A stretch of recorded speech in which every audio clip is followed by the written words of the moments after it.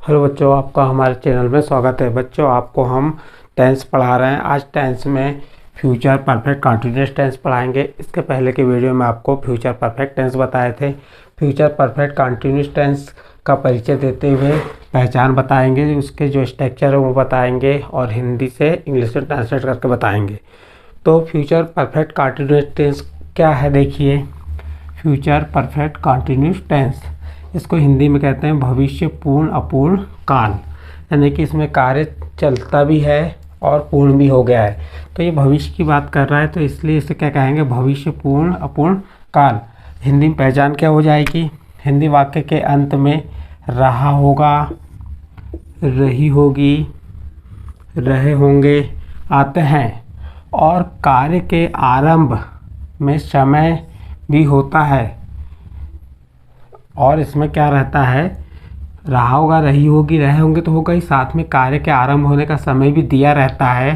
तो क्या समझ जाइए कि फ्यूचर परफेक्ट कंटिन्यूअस टेंस है, क्योंकि फ्यूचर कंटिन्यूअस में रहा होगा, रही होगी आता है, लेकिन फ्यूचर परफेक्ट कंटिन्यूअस में क्या आएगा, रहा होगा, रही होगी, रहे होंगे भी आएगा और साथ में कार्य के आरंभ होने का समय भी दिया होता है। यदि निश्चित समय है तो निश्चित समय के साथ सिंस का यूज़ करेंगे और अवधि या अनिश्चित समय के साथ फॉर का यूज़ करेंगे। तो जब समय दिया रहेगा तो निश्चित समय के साथ सिंस का उपयोग करेंगे और अनिश्चित समय के साथ फॉर को यूज़ करेंगे। तो इस प्रकार से आपको पहचान हो गई। तो पहचान थोड़ा सा इसलिए हम समय यहाँ पे देखना ज़रूरी है, क्योंकि फ्यूचर कंटिन्यूअस में भी उसकी भी हिंदी में पहचान क्या आती है, रहा होगा, रही होगी, रहे होंगे, लेकिन उसमें समय नहीं दिया रहता, इसमें साथ में समय दिया रहता है। तो यदि समय दिया हुआ है, लास्ट में रहा है होगा, रही होगी, रहे होंगे दिया है, तो आप समझ जाइए कि फ्यूचर परफेक्ट कंटिन्यूअस टेंस है। अब हमने इसकी पहचान कर ली कि हिंदी वाक्य के अंत में यदि क्या दिया हुआ है, रहा होगा, रही होगी, रहे होंगे और साथ में समय दिया है, तो आप समझ जाइए कि फ्यूचर परफेक्ट कंटिन्यूअस टेंस है। और यदि निश्चित समय है, जैसे निश्चित समय सुबह, शाम या निश्चित जो होता है, उसके लिए सिंस का यूज़ करेंगे और अनिश्चित समय के साथ फॉर का। जैसे अनिश्चित समय, वो 2 घंटे से पढ़ रहा है, वो 3 घंटे से स्कूल जा रहा है, तो इस प्रकार से रहा होगा, रही होगी, इस टाइप से आता है। तो आप समझ जाइए कि कौन सा टेंस है, फ्यूचर परफेक्ट कंटिन्यूअस टेंस है। और सिंस और फॉर का यूज़ कहाँ करना है ये आपको बता दिए, निश्चित के लिए सिंस का और अनिश्चित के लिए फॉर का। इसके 4 वाक्य होते हैं, affirmative, negative, interrogative, negative interrogative. तो इनके स्ट्रक्चर देख लेते हैं, संरचना क्या है देख लेते हैं। सबसे पहले हम आपको बता देते हैं किसका, अफर्मेटिव वाक्य का स्ट्रक्चर।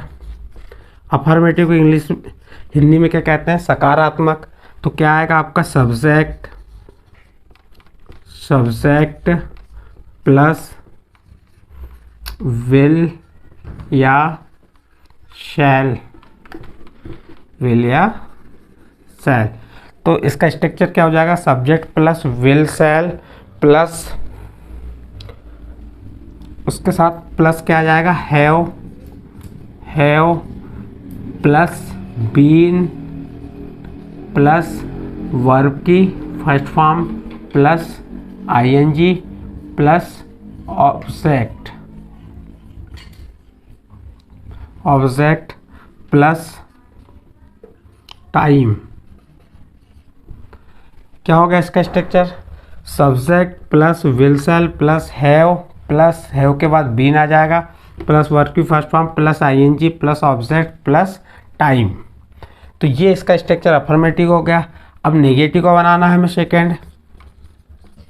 नेगेटिव का स्ट्रक्चर क्या हो जाएगा, सब्जेक्ट प्लस विल या शैल प्लस नॉट लग जाएगा plus have plus been plus verb की first form plus ING plus object plus time. ये ऑब्जेक्ट के बाद यहाँ पे क्या आ जाएगा, यहाँ पे आ जाएगा सिंस या फॉर। ऑब्जेक्ट के बाद यहाँ पे भी क्या आ जाएगा, सिंस या फॉर प्लस टाइम। फिर से एक बार हम आपको अफर्मेटिव को बता रहे हैं। इसका स्ट्रक्चर क्या हो गया, subject plus will shall plus have plus been plus verb की first form plus ING plus object plus since या फॉर प्लस टाइम। तो इस प्रकार से ये आपका अफर्मेटिव को नेगेटिव में कुछ नहीं करना है, ये विल शैल के बाद क्या लगा देना है, नॉट, बाकी जैसा का वैसा। इसके बाद थर्ड आ जाता है आपका इंट्रोगेटिव, प्रश्नवाचक वाक्य।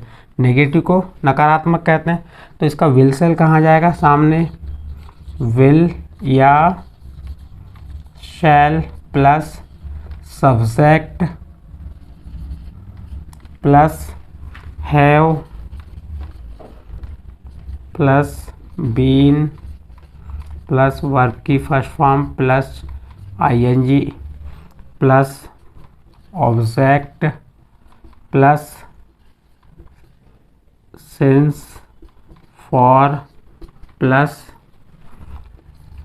टाइम प्लस प्रश्नवाचक चिन्ह। अब इसका चौथा देख लीजिए, नेगेटिव प्लस इंट्रोगेटिव का स्ट्रक्चर क्या होगा, विल या shall, will shall plus subject, इसके बाद नॉट लगा देंगे तो विल शैल से इंट्रोगेटिव बट गया और सब्जेक्ट के बाद नॉट लगाए तो negative, plus have plus been plus verb की first form plus ING plus object plus since या फॉर प्लस टाइम प्लस प्रश्नवाचक चिन्ह।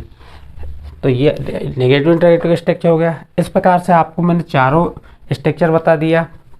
देखिए इस स्ट्रक्चर अफर्मेटिव को फिर से रिपीट करते हैं, सब्जेक्ट प्लस विल या shall plus have plus been plus verb की first form plus ING plus object plus since for plus time. Negative क्या होगा, subject plus will shall plus not plus have plus been plus verb की first form plus ING plus object plus since for plus time. Interrogative क्या बन जाएगा, will shall plus subject plus have plus been plus verb की first form plus ING plus object plus since for plus time plus प्रश्नवाचक चिन्ह। फिर negative interrogative क्या बनेगा, will या shall plus subject plus not plus have plus been plus verb की first form plus ING plus object plus since या for plus time. और आपको हमने नियम में बता दिए, विल किसके साथ आएगा, आईवी के साथ शैल आएगा, बाकी सभी के साथ क्या आएगा, विल आएगा, और निश्चित समय के साथ सिंस आएगा और अनिश्चित समय के साथ फॉर आएगा। तो इसके नियम के तहत ये आ जाएंगे कि निश्चित समय के साथ क्या आएगा, सिंस आएगा, और अनिश्चित समय के साथ फॉर आएगा, और आईवी के साथ शैल आएगा, बाकी जितने भी प्रोनाउन और नाउन है उनके साथ विल यूज़ करेंगे। तो इस प्रकार से मैंने आपको ये इनके स्ट्रक्चर बता दिया, पहचान बता दिया। अब इसके कुछ एग्जाम्पल बता देते हैं कि एग्जाम्पल क्या होते हैं इसके। अब इनके एग्जाम्पल देखिए, फ्यूचर परफेक्ट टेंस के हिंदी से इंग्लिश में बदलने वाले कुछ एग्जाम्पल हमने आपको बता रहे हैं। एग्जाम्पल क्या है देख लीजिए। इसमें पहला एग्जाम्पल है, मैं 2 घंटे से उसका सामना कर रहा हूँगा आया यहाँ पे, और कित समय दिया है तो समझ जाइए कि फ्यूचर परफेक्ट कंटिन्यूअस टेंस की बात कर रहा है, क्योंकि 2 घंटे समय दिया है और आखिरी में रहा हूँगा कह रहा है, तो फ्यूचर परफेक्ट कंटिन्यूअस टेंस की बात है। तो इसका स्ट्रक्चर आपको बताया था हमने, सब्जेक्ट प्लस विल या shall plus have been plus verb की first form plus ING plus object plus since for plus time. तो इस प्रकार से इसका स्ट्रक्चर याद रहेगा, तभी आप क्या कर पाओगे, इसको बना पाओगे। तो सब्जेक्ट क्या हो गया इसमें, आई, मैं के लिए क्या आ गया, आई के साथ क्या आता है, शैल, हैव बीन, फेस यानी सामना करना होता है, और आईएनजी लग गया तो फेसिंग हो गया। हिम मीन्स उसका, फॉर 2 आवर्स, फॉर क्यों आया, क्योंकि 2 घंटे निश्चित नहीं है, अनिश्चित समय है, इसलिए क्या आएगा, फॉर आएगा। तो देखिए फिर से पुनः एक बार, मैं 2 घंटे से उसका सामना कर रहा हूँगा, तो इसका इंग्लिश में क्या होगा, I shall have been facing him for 2 hours. तो इस प्रकार से ये आगे आपका हिंदी से इंग्लिश में ट्रांसलेट करती है। इसका सेकंड देखिए, तुम पक्षियों को सुबह से देख रहे होंगे, तो यहाँ सुबह निश्चित है, तो तुम के लिए क्या आ गया, यू के साथ क्या आएगा, विल, आई और वी के साथ शैल आता है, बाकी के साथ क्या आता है, विल आता है, बताया आपको हमने। तो देखो यहाँ यू आया, यू के साथ क्या आ गया, विल हैव बीन सी यानी देखना, आईएनजी लग गया, सीइंग बर्ड्स सिंस मॉर्निंग। अब सिंस क्यों यूज़ हुआ, क्योंकि यहाँ सुबह निश्चित है, इसलिए हमारा सिंस आया। नेक्स्ट देखिए, हम 3 वर्ष तक माल भेजते रहे होंगे, तो हम के लिए क्या आ गया, वी के साथ शैल आ गया, तो we shall have been sending यानी भेजना, गुड्स यानी माल होता है, फॉर 3 ईयर यानी 3 वर्ष, तो हम 3 वर्ष तक माल भेजते रहे होंगे, तो इसका हो गया we shall have been sending goods for 3 year. फिर नेक्स्ट देखिए, सरोज शाम से सोती रही होगी, सरोज शाम से सोती रही होगी, तो इसका क्या बन जाएगा, सरोज विल हैव बीन, सोने का कहते हैं स्लीप, आईएनजी का स्लीपिंग, और सुबह से शाम से कह रहे हैं, शाम यानी निश्चित हो गया इसमें, तो इसलिए क्या जाएगा, सिंस आएगा, और शाम के लिए इवनिंग आ गया, तो क्या बन गया, Saroj will have been sleeping since evening. फिर नेक्स्ट देखिए, बच्चे 2 घंटे से खेल रहे होंगे, तो बच्चे के लिए चिल्ड्रन आ गया सब्जेक्ट, तो children will have been playing for 2 hours.